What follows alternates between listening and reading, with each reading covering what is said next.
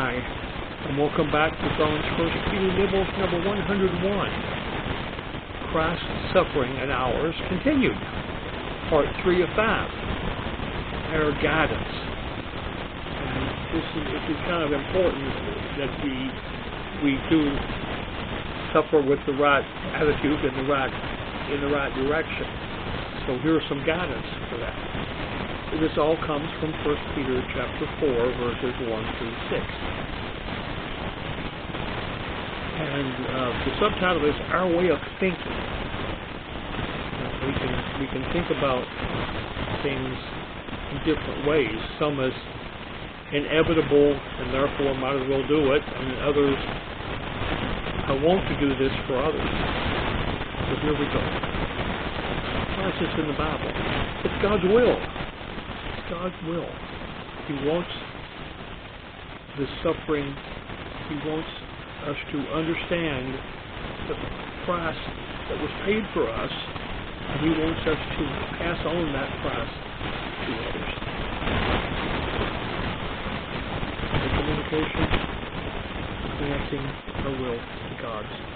That is, we don't have to fully agree or understand with God. He's right whether we do agree or understand or not, but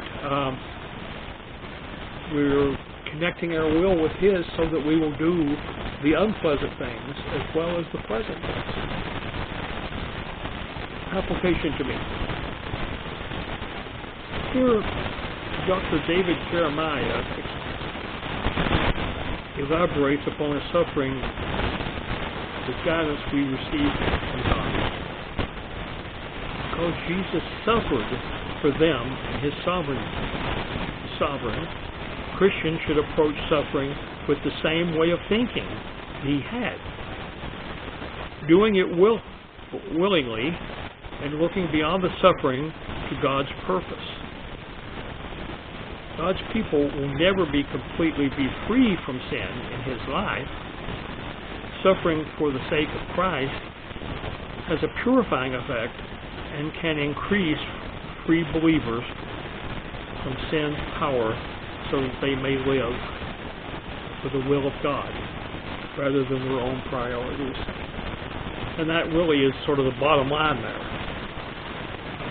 You know, my priority may be I want to go on vacation in some place. I love to go to Shipshewana, Indiana. And that's a love which is going on for many years now.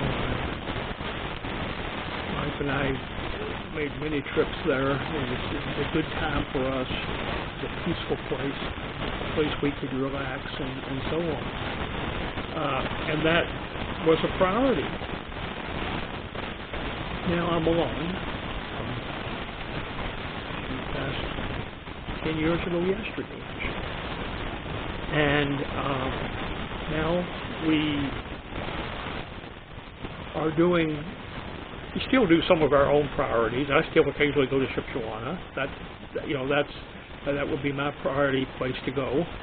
But we must also understand that there are priorities that God holds for us, and in fact that those priorities are the most important priorities in our life.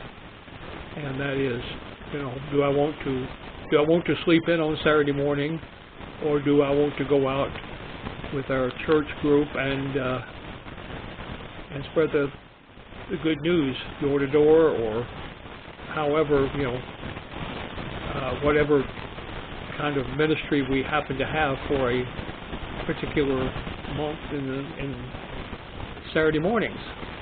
So we have that kind of priority, and if we choose occasionally not to do God's will, well, so be it. That's not the worst thing we've ever done, but we need to get the habit of being in God's will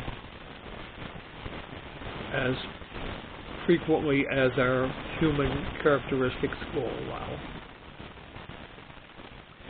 God leads us with suffer for the right reason. That's important. You know, there's lots of things that we can suffer about that have nothing to do with God or anything else. It's just we'll feel sorry for ourselves and, oh, I'm so, unhappy. Well, that's not the kind of suffering for the right reason. That's suffering for a selfish reason. We want to suffer for the right reason.